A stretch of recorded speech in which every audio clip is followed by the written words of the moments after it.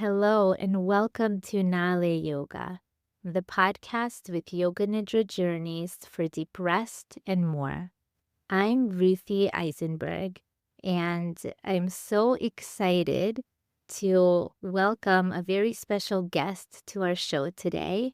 Today we're talking with Sulappagari Suman, just known as Suman for short, founder of the Aadyantha Academy and Yoga Studio in Bangalore, India. Suman is a very experienced yoga trainer and therapist with over 6 years of experience in yoga therapy, different healing techniques, pranayama, which is breath work, and Ayurveda. Suman is also a certified Yoga Nidra teacher, as well as a teacher of intuition training and chess to children. He's dedicated to promoting holistic well-being through traditional yoga practices and has successfully conducted yoga teacher trainings, wellness programs, retreats, and workshops all over the world. He's been internationally recognized for contributions to the yoga community. And on a personal level, Suman and I took courses from the same yoga teacher school, Biosphere, and are in the same yoga teacher community through that school, which is how we met. And he really has a wealth and breadth of wisdom, experience that's so versatile in anything and everything having to do with yoga. Thank you so much, Suman, for being here. And I'm so excited to be having this conversation with you because I feel like every time we talk, you just have so much amazing knowledge and experience to share. I always learn new techniques and new things from you. I feel like everybody needs to hear what you have to say. So welcome, Suman. And yeah, and why don't we get started with you sharing a little bit about how did you get into practicing yoga and then move from that into teaching yoga? Yeah, yoga practice, it's basically it's a very interesting how I introduced to yoga. So I used to study in a very rural village. At the same time, my parents are very much spiritually connected. So that from my childhood, I used to do a few yoga practices and meditation practices, but I'm not aware of it. It is like how to do professionally, but with the in India, in each village, you have spiritual connections and spiritual practices. I used to practice a few of asanas, and unknowingly, I used to practice a Vajrasana whenever having my back pain, whenever I having a headache. I used to go for a Shashankasana to relax myself. So like this, I used to practice the asanas as well as meditations, but I don't know these are the things that comes from the yoga.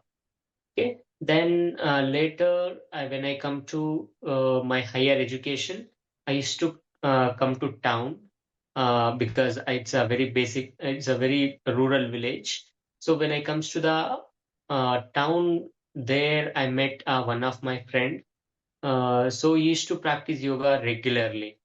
So I got inspired with him. Then I thought, why can't I practice with him regularly so that I can, that is my interest.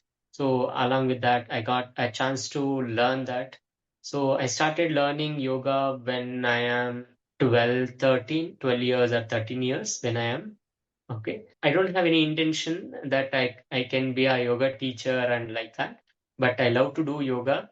So I practice there every morning, morning 6 to 7. If I am not mornings, if I am busy with morning, then I used to practice in the evening 5 to 6 at the time. It helped me a lot. After that, I have I gained my weight because of hormonal imbalance in my teenage. Then with yoga, it helps me to come out of that overweight at the same time that emotional changes and the mood swings and all, and my teenage.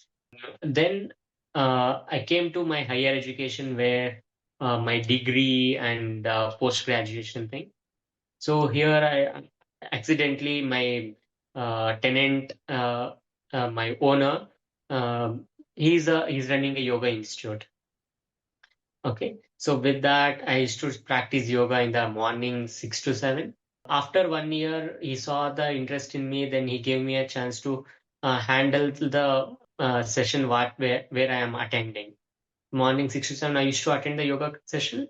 So that at the same time, I used to teach. After 1 year, I started teaching that session 6 to 7. I did my master's in MSc in mathematics, but there is a one extracurricular subject. You can choose the biotechnology or life science or yoga or anything, whatever we want. Obviously, I took yoga. So after that, that teacher is very friendly. So he told, why can't you do yoga teacher training course so that you're already a teaching without any certification with your knowledge. If you did a teacher training course, that will be a certified thing so that you can teach as a profession. You can make that as a profession. From 2018, I completed my teacher training course. Then from that time, I started my own yoga studio, and I'm teaching from that time. I'm teaching from 2016, but professionally with a certification and all, I started teaching from 2018. After that, I did many yoga courses with many teachers. Still, I am learning and I am teaching. Wow. Yeah. What an amazing story of how you Yeah. evolved in your yoga. And it sounds like, the universe just kind of like drew you from student to teacher in a very natural transition. That's Definitely. amazing. It's completely unexpected Hmm. that I want to be a yoga professional, but I love yoga from my childhood. Hmm. But being a yoga teacher is completely unexpected. You didn't plan on it when you were a kid. Yeah. Did you know what you wanted to be when you were a kid? When I'm in childhood, I have a strong feeling that in India there are many yoga, spiritual practices. I want to know the evidence. I want to know the why they are practicing all these things. Why we have to do puja? What is the reason behind it? While doing puja, also we have to do fasting. Why we have to do fasting? And there are many spiritual practices we follow in our Indian culture. But if you ask my parents, they say, just you practice. Okay, don't Hmm. ask me anything, just you practice. Mm. Okay, then from that childhood, I have a curiosity that I want to know the reasons. That's the Yeah. reason from childhood I have that urge. So I started, searching about those things. Maybe that is also one of the reason to connect be a yoga teacher. Along with that, I'm from childhood I am more interested in science. Yeah, Okay, I want to do research in science. So now I'm doing research in yoga. Yoga is also one of the science. So it obviously is. it is like Yes. either way connected. Yeah. So tell me a little bit about your thoughts on yoga. It's a science, it's also a way of life, it's a spiritual practice. Yoga is so many different facets to it. So tell me a little bit about like how do you see the interactivity of yoga as a science and yoga as a lifestyle, as a Mhm. spiritual Yeah. practice? Yeah. As an For this, emotional healing, as a therapy healing. yeah. So for this, I always says with my students, uh, in Ashtanga Yoga itself, they are saying there are Ashtanga Yogas. Okay, 8 different limbs we can say are parts. In that, there are 8 things. First, I will say that what are the 8 things. Then I will keep on explaining one by one how it is connect. By that, you will get to know how it is connected with life thing and all. Uh, First thing is yama, then niyama, asana, pranayama, pratyahara, dharana, dhyana, samadhi. When it comes to the first one is yama. In yama, it indicates a social discipline. Okay, as a person, if you born in this society, So the first important thing is you should know how to live with a society. Okay? Mm-hmm. Because when you born immediately, people decide you want to be like this, or you are the son of this person, you are the a grandson of this person, and you have to what we say, you have to address yourself with a society. Mm-hmm. Okay, so first, that's the reason made Patanjali gave that first preference to the society. So in Yama, we learn how to be with the society. That is also one of the very important thing. After when you know how to be with a society, then inwards journey will start. The next, you should learn how to be with yourself. That you will learn with the niyama aspects. When I say yourself, not only the body, it's with your surroundings, how to be with your surroundings, how to be with your habits, how to be with your emotions. All these things comes together. It's body, breath, everything together. Then it's called as niyama. It teaches. In niyama, we have the five niyama panchakas: saucha, santosha, tapas, swadhyaya, ishvara pranidhana. So here, saucha, how to clean yourself. That talks. Santosha, how to be happy. Okay. Then Swadhyaya, how to, you should understand yourself, what you like, what you don't like. Okay. It's about knowing in depth of yourself. That is called as Swadhyaya.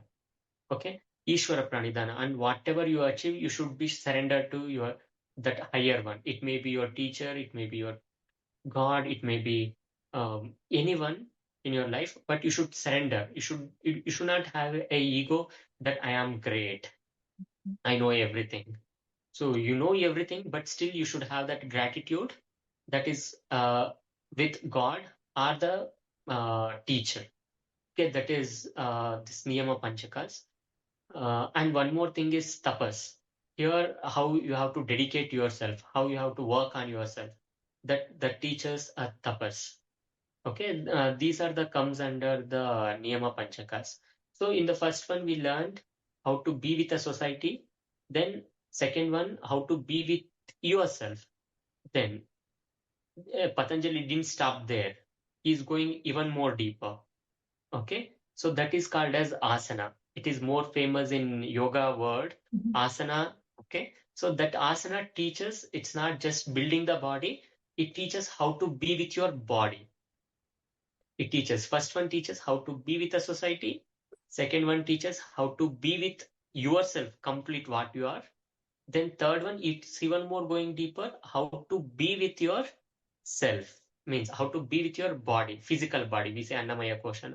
Again, Patanjali goes even more deeper. Okay, then he says how to be with your breath. That we call it as pranayama.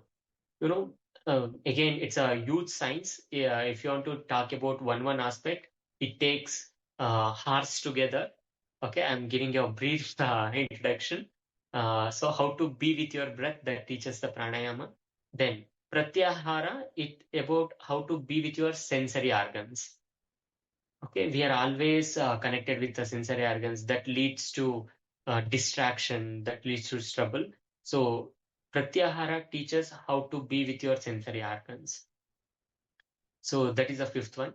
So, Patanjali, these five makes it as a Bahiranga yoga that you can practice outside with the world, outside world.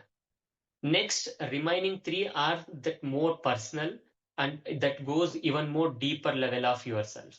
So that sixth one is dharana.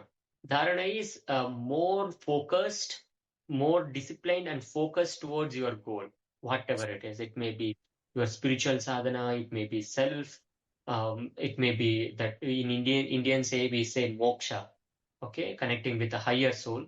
So that is also it is more focused towards it. That's dharana. When it comes to next level, here there is no focus at all. You're connected to that sadhana. You're completely involved in that sadhana. That is, we call it as dhyana. We English words we say meditation. There is no particular focus. If you are focusing, that is not a dhyana. Okay. If Mm-hmm. you are not at all focused, you are involved in it, then that is dhyana. If all these things happen, you will be in the state where the samadhi, always happiest state.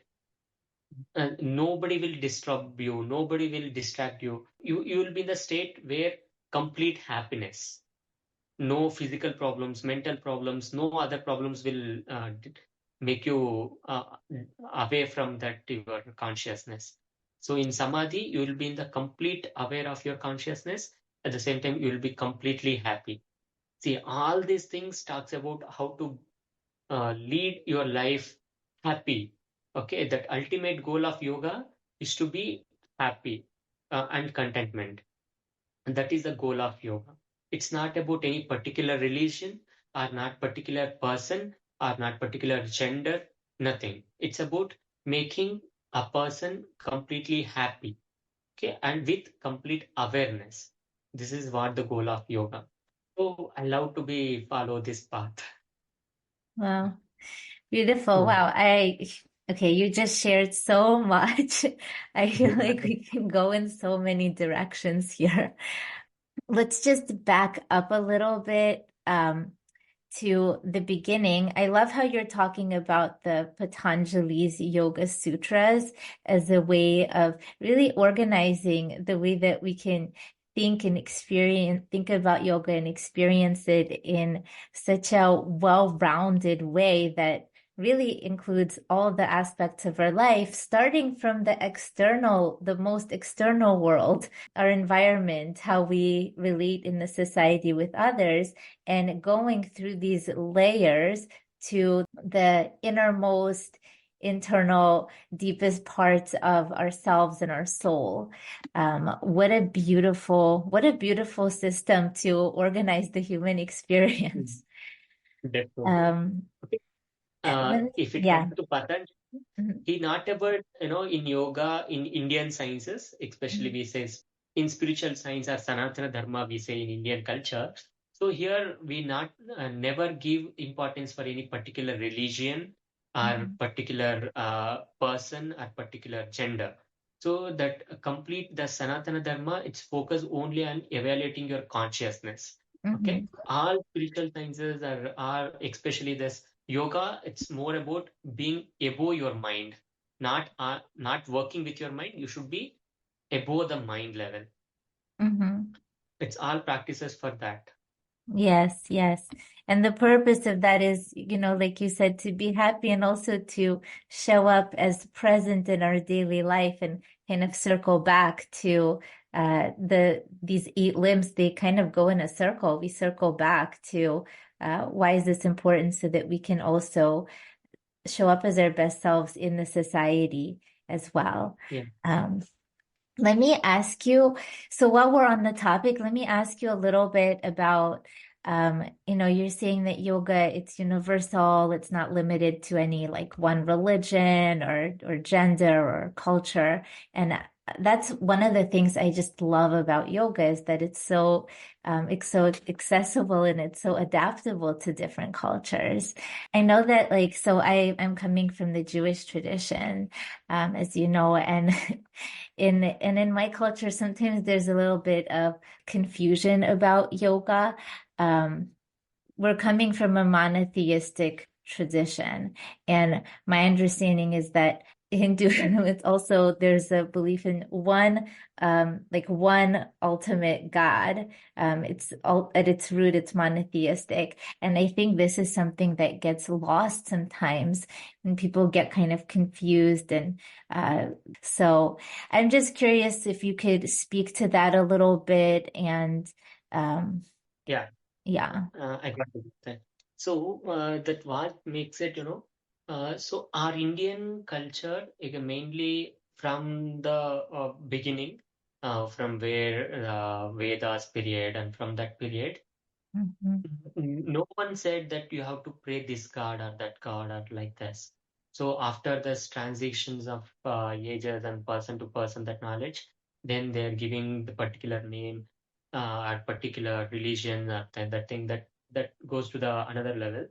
But here, all the sages and everybody is saying in Hindu culture itself, we say in India strongly believe there is only one God, but we give different names to it. mhm, Okay, different names because what he worked on that farm.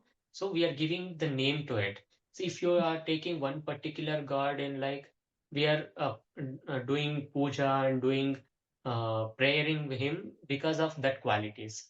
Like Mhm. if you want to say in simple words, Ruthie she's a woman, Mhm. okay? But if as a woman, some people praise her. At the same time, she's a wife. With a Mhm. wife quality, some people praise her. She's a mother. With a, Mhm. some that mother qualities, some people likes her.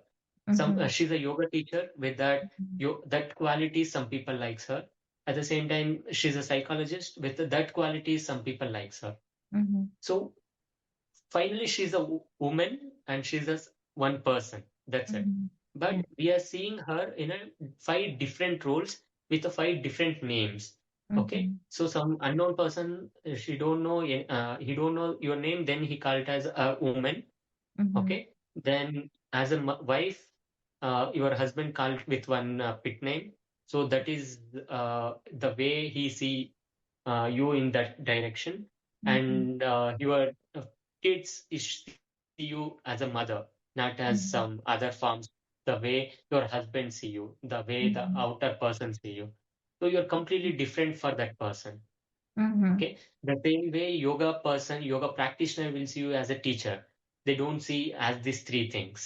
Mhm. So person is the same, but that experiences individually they will get is a different.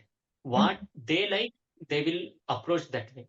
If I want to like as your mother, then I will approach you as a mother.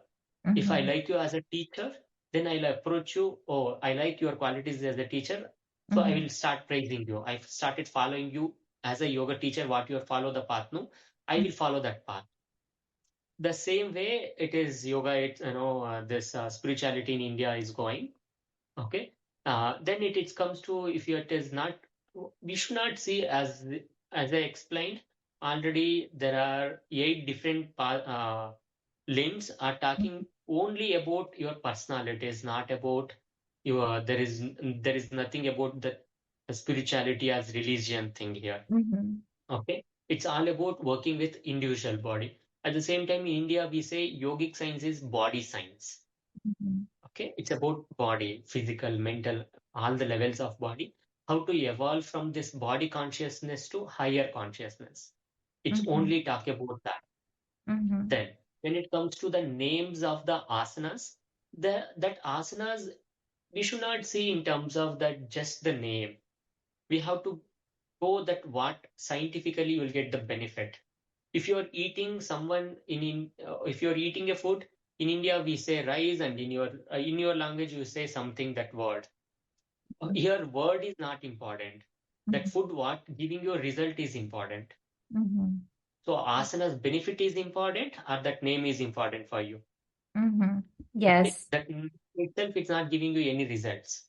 Yes. Okay, that name, because many teachers or many person practiced and that gave you to the world. So we are putting that name and we are practicing. That's it. Okay, Mhm. we should have the gratitude to chant that name because he knows something and he gave that knowledge to the next generation to get the benefit. So with that Mhm. gratitude, we put it that name as the to that asana, that posture, that object. That's it. Mhm. Okay, Yeah. there is nothing connected with any particular religion or particular thing. Mhm. It's completely to evolve the human consciousness. That's it. Yeah. Yeah. Oh, Thank you for I think I'm explaining all talking. that. Okay, let's talk a little bit about the science of yoga. You spoke earlier about having this curiosity of what actually happens on a scientific level to the body when we do these postures or these practices. So, can you speak a little bit to the science of yoga? Yeah. So when it comes to science of yoga, this is not different form of yoga, Rute. So yoga is the same wherever you go, whatever you practice. Mm-hmm. Okay. There is no, but we give different forms again. Okay. Especially when it comes to now in India, there are Iyengar practice and Hatha yoga and Ashtanga yoga, Ashtanga Vinyasa yoga, power yoga, heart yoga. There are different names. But initially, it comes only one form. It called as Hatha Yoga. That is that knowledge given directly came from the family called as Shiva families, Nath family. We say are directly taken from the Adi Yogi. Okay. After that, Hatha Yoga practices that comes to again different teachers. Okay, different kinds of teachers started learning. So I learned some form of yoga. I like to, with my experience, I am giving you some different taste, a different form. Okay. If you want to say clearly, in India, uh, that's we call it as Krishnamacharya. We call it as modern father of yoga. Mm-hmm. Okay. And he's also he's came from the Nath tradition. Okay, one form of culture.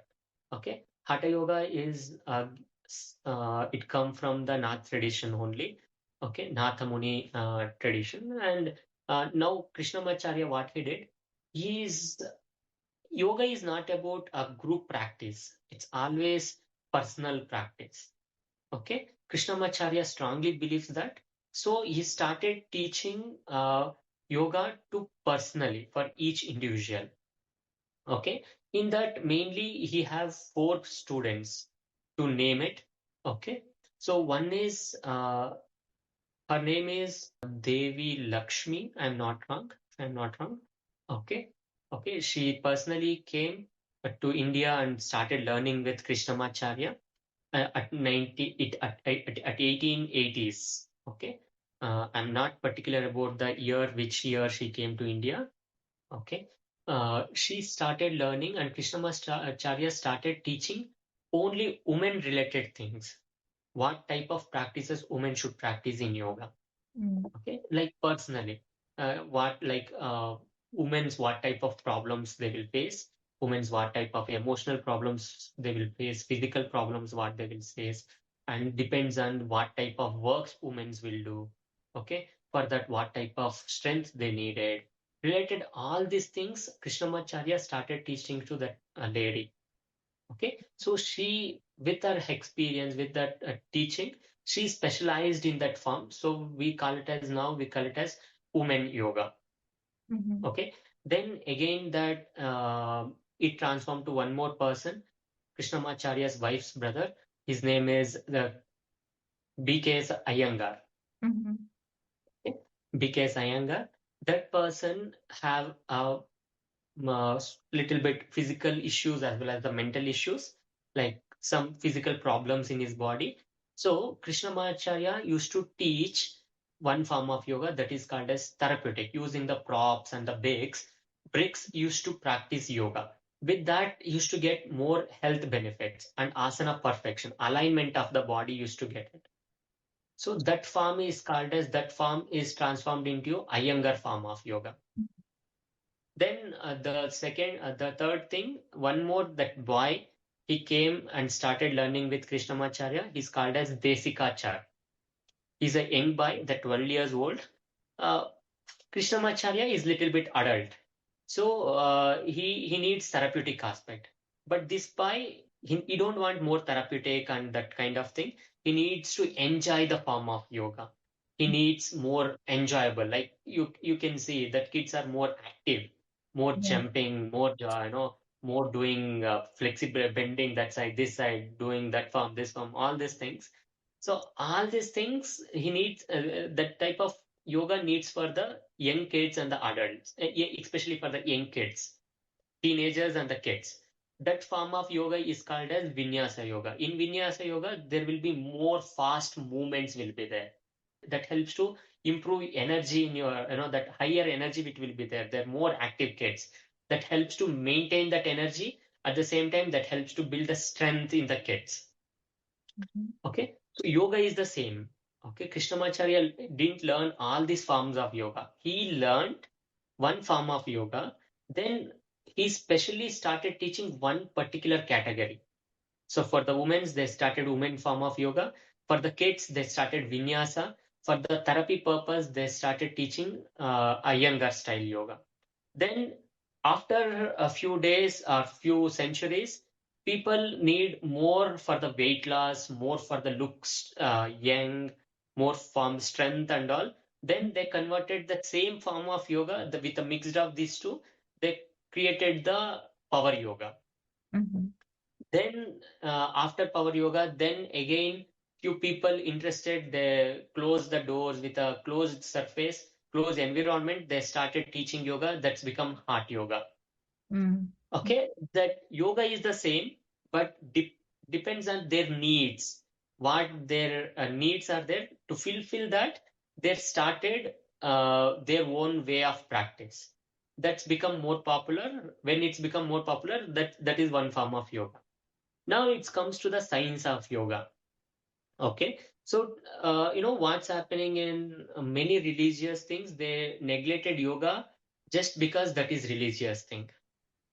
Okay, here our science of yoga, what we aim, our vision is we have to start giving scientific evidence to it.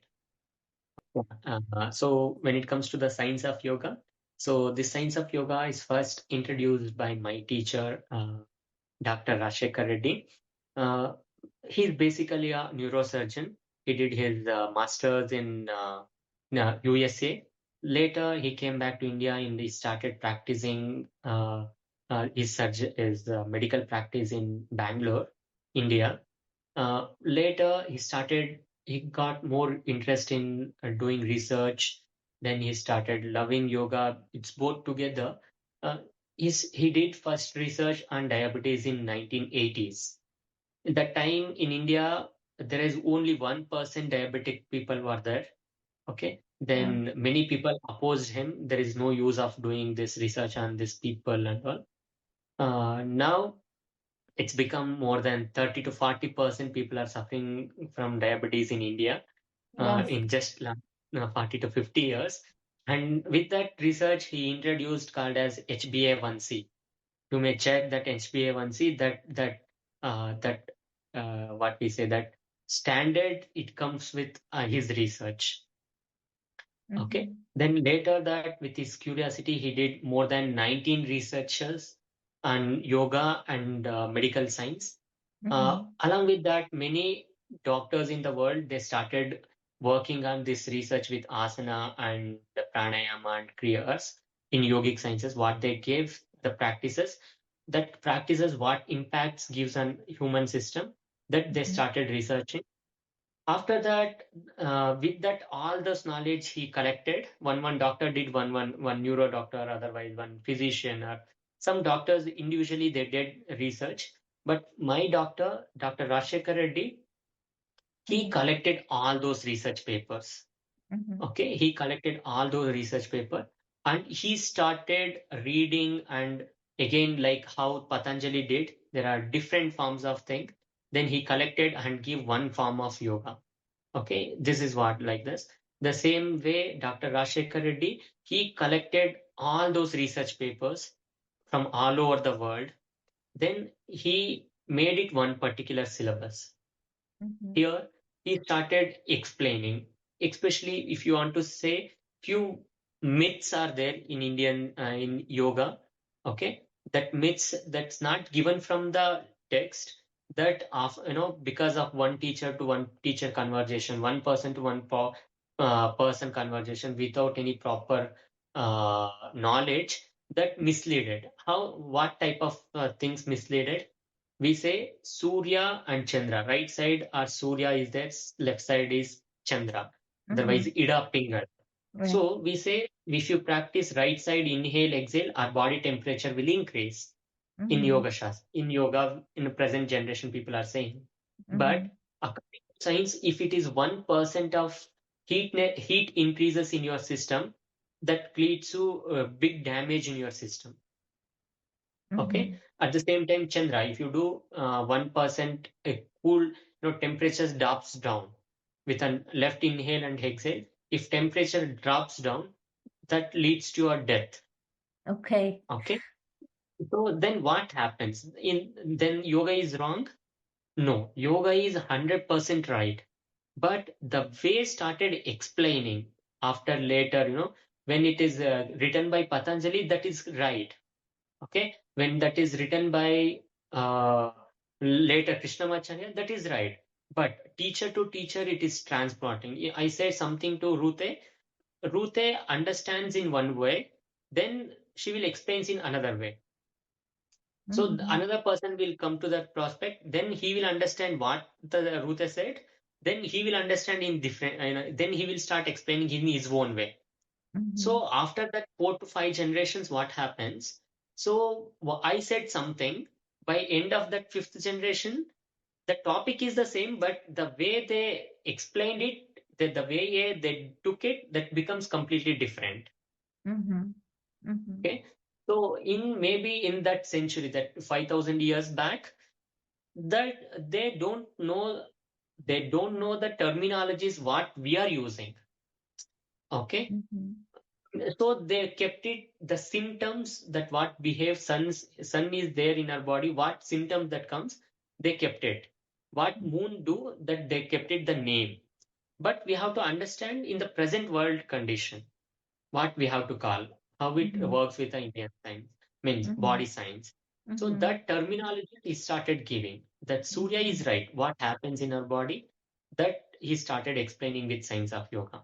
With Chandra, that quality is what it is explaining with scientifically in our body. So he Mm-hmm. started explaining. When it comes to the chakras, we say 7 chakras that we can't see. But still, science, it's way advanced now. So we can see which position it is.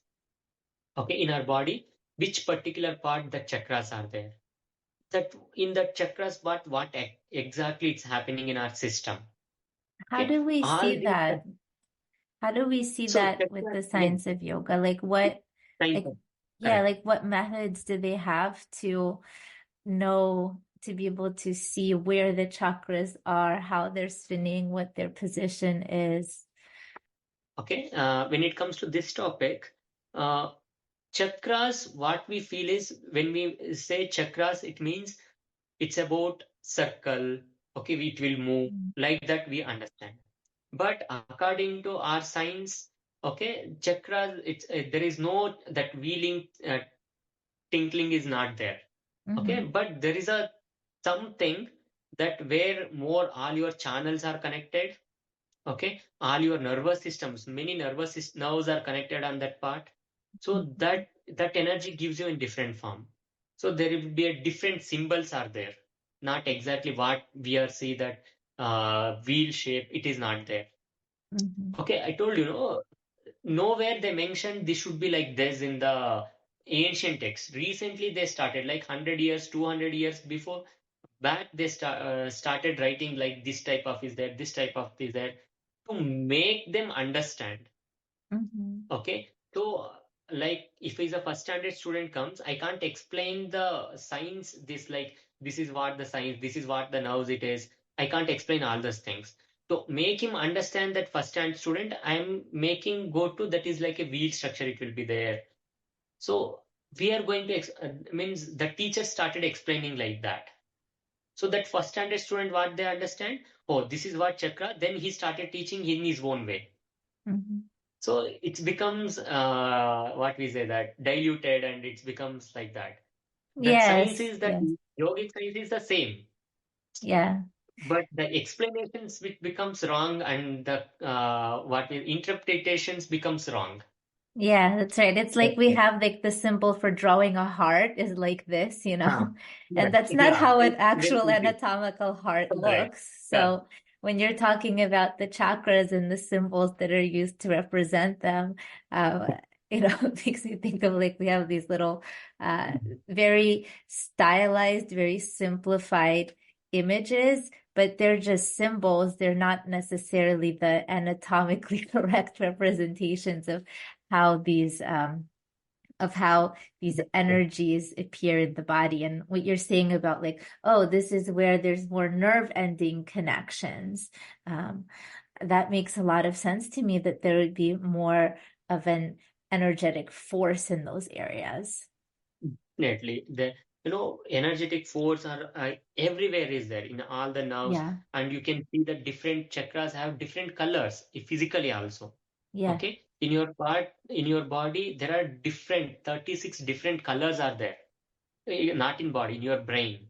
Okay, in your brain, 36 different colors. With each emotion, that color will change. Okay, with each feeling, that colors will change. Okay. That's so No, recently my teacher, interesting. yeah, recently my Yeah. teacher was telling, when you get angry, or no, when you get ego, okay, that your gray color converts into black. Hmm. How do you experience that? Like when I have different emotions, like if I'm happy or sad, or I don't really see a specific color. So how do you, when you say there's a color associated with different emotions, um, can you No, help me? And sorry, I have to correct. Here, it's not connected with that. Okay, in your brain, there are 36 different colors already there. Okay, that chemical changes. Okay, you are completely filled with the chemicals. Okay, this body is completely with the chemicals. Each chemical has its own color. I see. Okay, Okay. but by if you dissection, you can see inside. It's not only a red color. Okay, there are different colors are there in your body. In your brain Mhm. itself, might it's not that accurate maybe. Okay, minimum 36 different colors are there. There are lots of different colors. Mainly, there are 36 different colors are there. I see. I Okay, see. in that 36 different colors, if your emotion change, that emotional related chemical changes will replace. Already that colors are there. There is a water, just 1 point of milk that converts completely that water into a different color. Yes. The same way, one emotion that changes that chemical, normal gray chemical to the black. That chemical changes happens in our brain. Got it. Got it. The same way, different emotions impacts on that chemical change. What that chemical change occurs in our brain, that changes the different color. Got it. Got it. So the colors change based on the chemical reactions. What And happens in our system? got it. Got it. So they're literally Yeah, in our brain. It's not so much our yeah. perception. Got it. Correct. Thanks for Uh, clarifying that. uh. Um, So when I, it comes to the color yoga, sorry, color therapies and all, mhm. so what type of color that changes, you will attract that type of change, that type of colors. Wow, So in that's that way, that therapy helps. yeah, that's so interesting. Yoga is just such a diverse and such a deep and Yeah. wide system. There's literally techniques for everything. I know you taught me how to do the Jalatrataka, and Yeah. I've been practicing that, which is a very clearing technique that involves using a bowl of water to clear your eyes, clear your brain, clear your perception. It feels so amazing. Um, and there's hundreds and thousands of different techniques out there. So I was wondering if we could shift to chatting about Yoga Nidra and how some of these techniques can enhance the Yoga Nidra practice. Okay. Okay. In India, we give more importance in whatever practices you do, that practice to improve your consciousness. Mhm, Okay, we give more importance for your mind and above the mind, not for the mhm, mind. We give more importance. You have to go beyond the mind. mhm, mhm, Okay, that for that our practices are there. Whatever we practice, that practice is meant to for that. Okay, then it comes to the yoga nidra. Again, in India, there are different schools are there. In one of the school that we follow, we say Bihar School of Yoga. mhm, Okay, in that, in our Indian culture, that Guru Parampara will flow. So one Guru will teach, and other people will stay with him, and they will learn.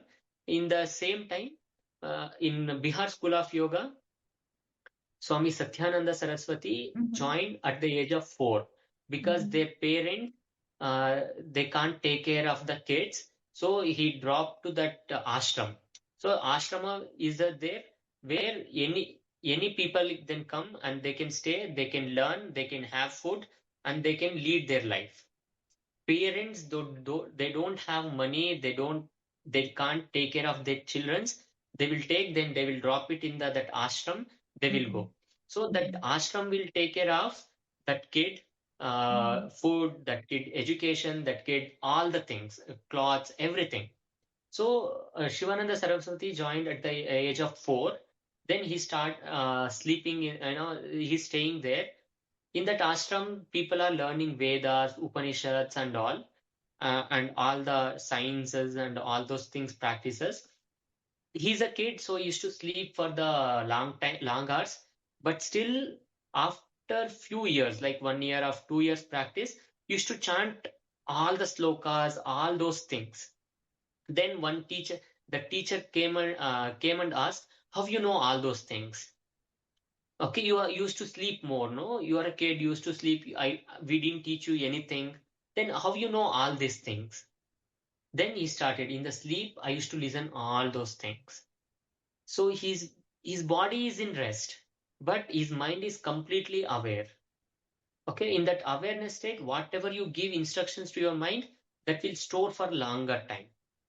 So we say modern Shivananda Saraswati is the modern father of Yoga Nidra, especially for Yoga Nidra. That tradition started from that time. So now that Yoga Nidra we used to will make your body rest, but your mind working with double. Your mind works more than 2 times, 3 times its power, but your body will be in the rest position. That helps to improve your complete mental ability and at the same time at that stage your body will go to the state of healing. Okay, that 1 hour or 2 hour what you do yoga nidra, so that is a sufficient time for your body to heal. Usually we sleep according to science also proven that people don't need 8 hours of sleep. Okay, they need just 20 to 30 minutes of quality of sleep. That's it. That we can achieve through yoga nidra just within 1 hour of practice. So if you do just 1 hour of yoga nidra, you will be completely fresh. You need not to do 8 hours of sleep.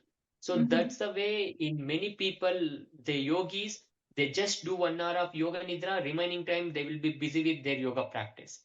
Yep. Okay. Yeah. So how is Yeah. this possible? It is completely possible with Yoga Nidra. Yoga Nidra is a basic practice Yes. to make your body light Yes. and take the charge of your complete internal. We say in the soul, or if you say other form of energy, will take the charge. So in Indian science, we say so soul travel leaves that body for a particular time, then that will go and that will do all that work and it will come back and again that body will start. Oh, like an So all those astral things, travel? correct, astral traveling, correct. Okay, so yoga nidra is a basic practice to master that astral travel. All these special powers you can attain with the yoga practice. You may know that intuition yoga, telekinesis, all these things you can achieve with yoga practice, proper yoga practice with a proper guidance. Yeah. Okay, there are 8 different special powers. You can build your energy like a mountain with yoga practice. At the same time, you can make your energy like a tiny object and you can travel with a light speed. At the Wow. same time, you can dissolve your body and you can just work with your energy. Okay. In India, there is a guru called Baba. Okay. Mahavatar Babaji. He left his body, but he's with energy body is surviving from last 2000 years, not 1 year. But whenever he needs the physical body, he can, with that energy form, he can create his own physical body. That all those things possible with yoga.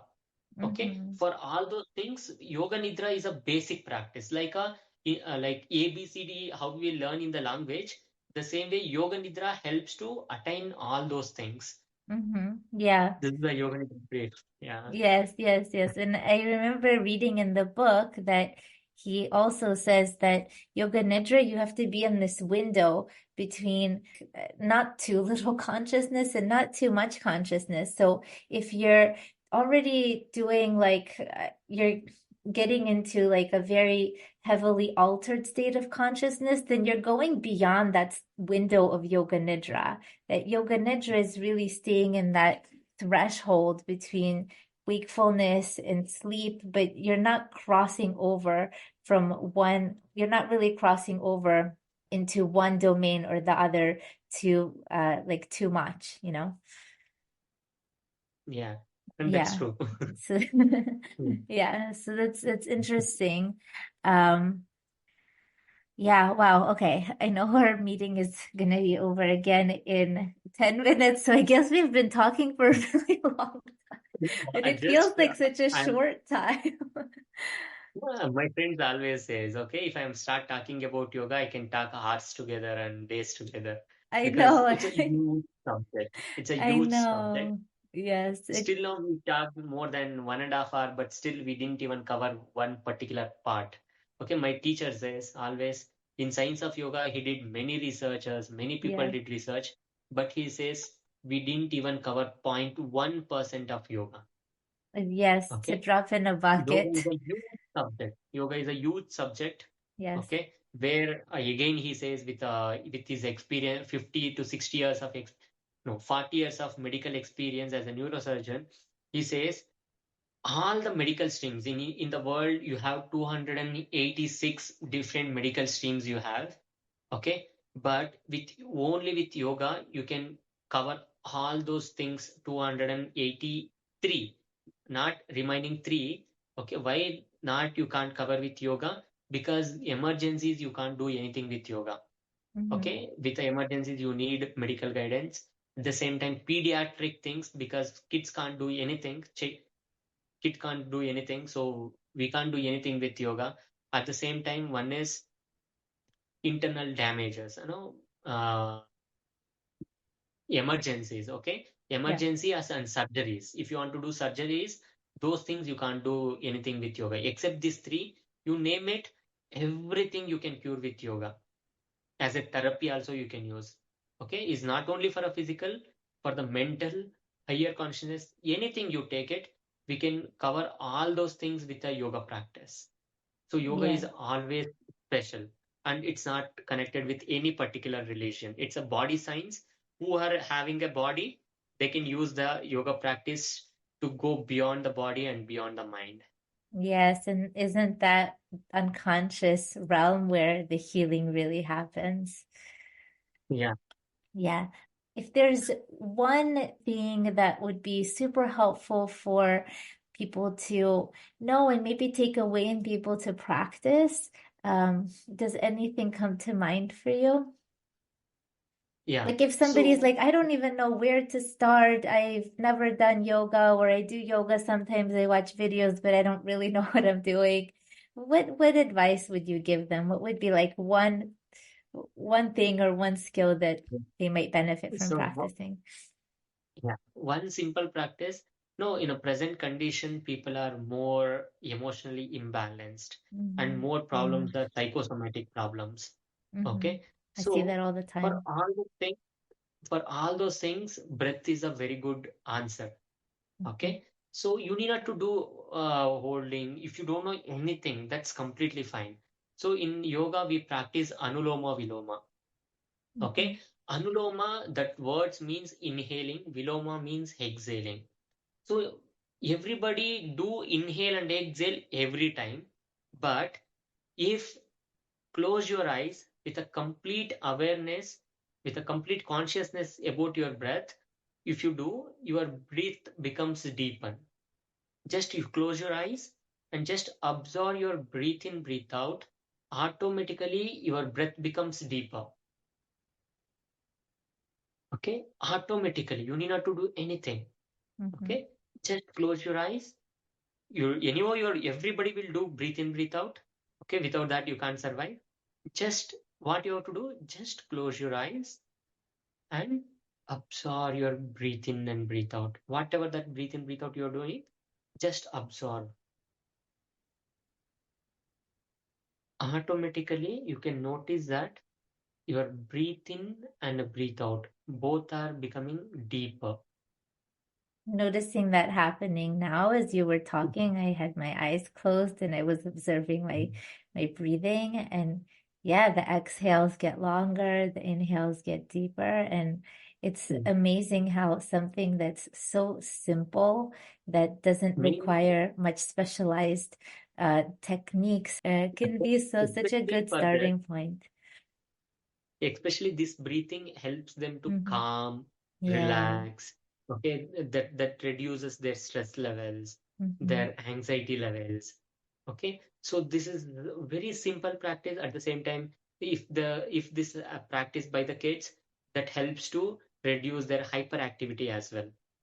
Okay, Yes, there are that many is. activities, but just with this simple one, at the same time, it improves your quality of sleep. If you going before you sleep, if you practice, when you have a sleeping issues, for them, it improves quality of sleep. Okay, when you have the stress issues, anxiety issues, if they just this practice for few minutes, automatically that helps to reduce their stress and anxiety issues. Like Mhm. this, just one this awareness with about your breath can bring you lot more changes in your life. Okay, like this there are thousands of techniques are there, okay, in yoga. With proper guidance, with a proper teacher, you can achieve the you can achieve the best lifestyle in your you can achieve the best lifestyle, you can reach to the best lifestyle in your life. Yeah. Yes, beautiful, beautiful. Yes, and the breathing, the mindful breathing, it's also part of the Yoga Nidra practice. There's Yeah. several junctures in a classical Yoga Nidra practice where you are invited to just focus on the natural ebbs and flows of your breath. And and it does. It really helps to relax the physiology and relax the body. Then the mind can relax, then the soul can relax also. It's a beautiful, it's very simple practice. Um, I was going to also ask you about some of your personal yoga practices and perhaps yoga nidra practices that you'd be open to sharing about. Yeah, when it comes to practice, here we can there are personal practices is completely especially in India we say it is depends on each individual. My personal practice is not as what I am getting the results not same as to you. Okay, so here we in the Guru Parampara we take Diksha. Diksha means Guru is practicing something, so he will give that knowledge to that particular student. Then, with that knowledge, they have to do everyday sadhana.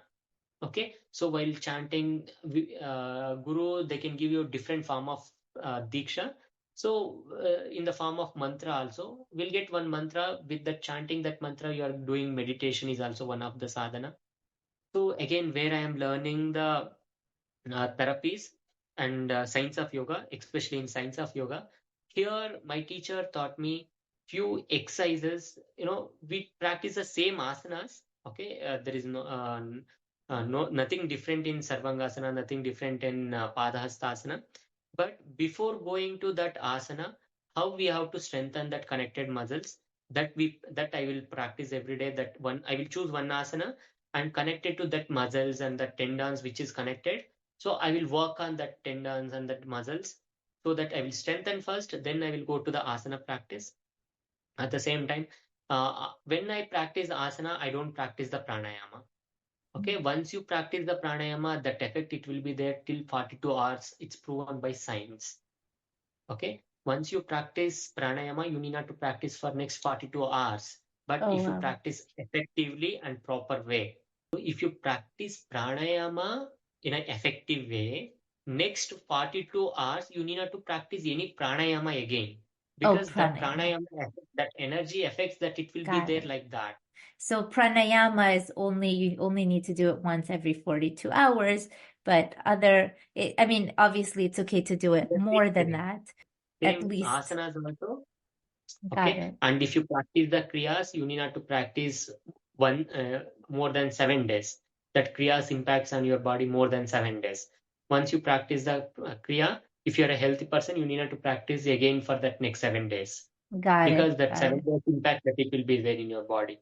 The same Okay. way, nearly asana, once you practice that one muscle, that it will be there impact on that muscle for 36 hours. Got it. So this way you can That is have a the schedule to rotate your practices, and this way you have correct. time to do a variety of practices, and it doesn't have to Correct. take up 24 hours in a day. Yeah. Got it. So this is the thing. Then when it comes to what actually I offer is I offer all our ancient sciences, especially like intuition yoga. Now intuition yoga where kids can practice, or they can do all the activities with a blindfold.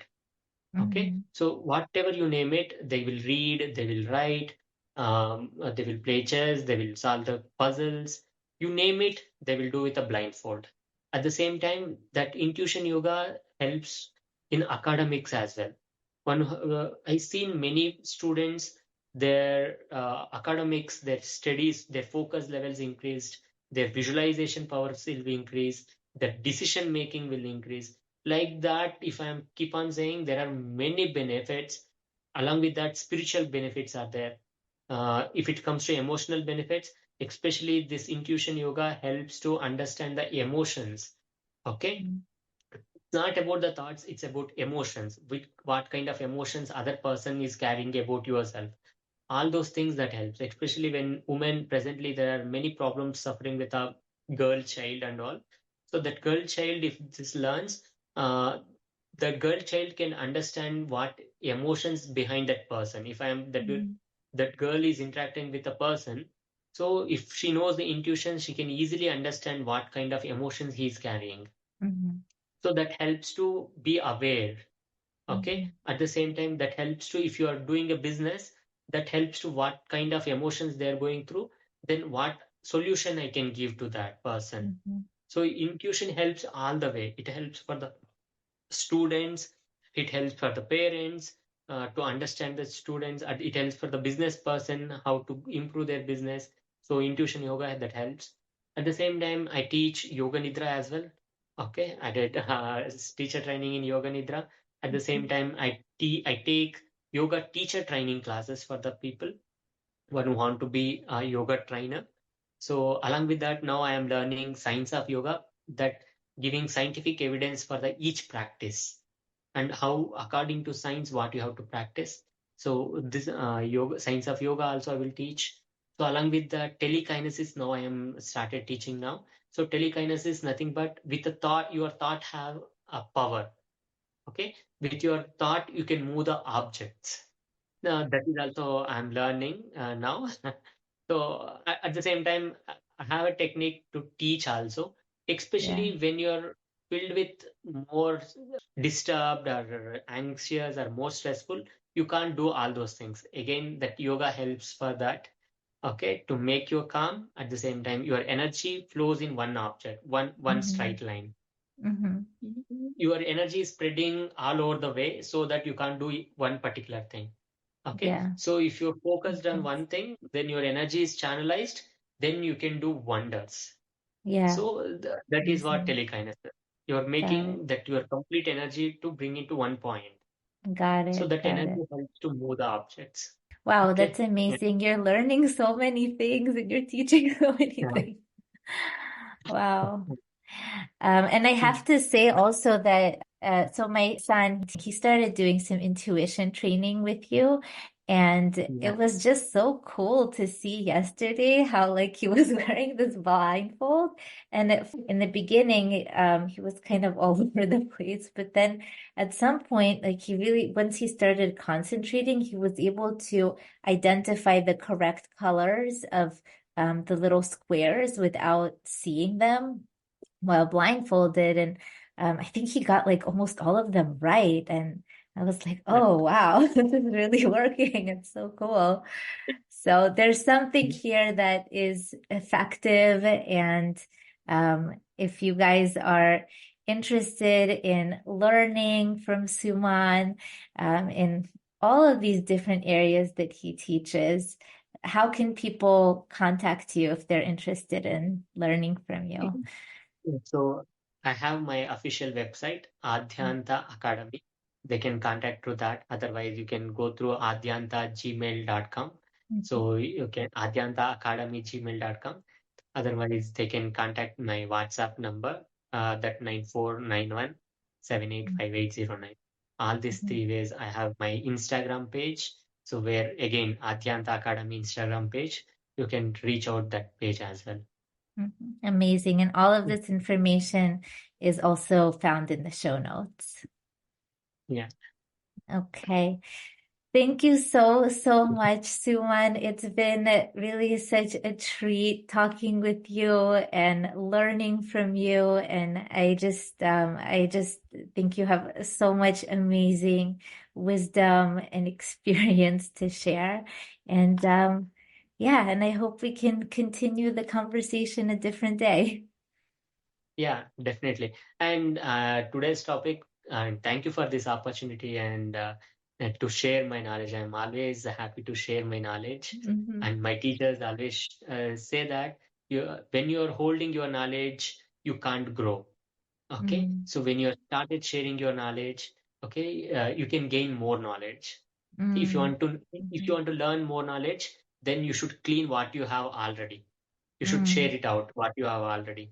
If you share it out, then you have a space to gain more knowledge.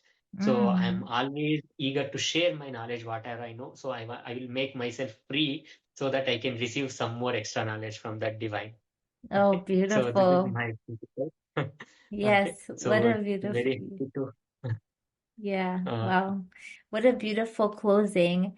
And it's kind of like, how do you know when you really have the knowledge is when you can teach something, then you really know you know the topic. So, so I love what you're saying about sharing the knowledge and creating more space for new incoming knowledge. Thank you so much, Suman, again. And was there any last final conclusions or loose ends that you wanted nothing. to Yeah, tie up? the Or final conclusion, if I want to give, don't consider yoga as a religious thing or just for a particular person or particular religion, a particular culture or particular country. Okay, consider yoga as a body science and mm, mind science. Okay, so then it gives you a, and don't think about the terminologies, what it is there. Okay, see, practices gives you results. At the same time, when it comes to the prayer, also chanting the prayers, don't see in terms of that related to one particular religion. Try to understand the meaning behind it, why we are chanting that prayer, what is the meaning about it, then convert into your own language. That is completely fine. And when you practice, if you want to give the name, then give your own name. That is completely fine. If you are related to particular religious problems and all, see in terms of science rather than particular religious or caste or uh, a culture thing. So then everybody in the world, always my teacher says, yoga is one of the best way to make all the world happy and healthy and love, filled with the love. With the yoga practice, you can achieve these three. Okay. yes, I love that. So remember that happy, healthy, and love. Yeah. Yes, Yeah. So beautiful. yoga is the best for these three things. Yes, beautiful. Okay, this is my conclusion. Practice yoga, be happy, be healthy, and filled with the love. Yeah, Amazing, amazing. Thank you so much, Suman, for your time and for just the generosity of your sharing. I really enjoyed this conversation, and I hope that I'm sure that our listeners will too. And yeah, and I hope that you have a beautiful rest of your day. Thank you so yeah. much. Thank you, Ruthie. Thank you. Okay. Thank you. Namaste.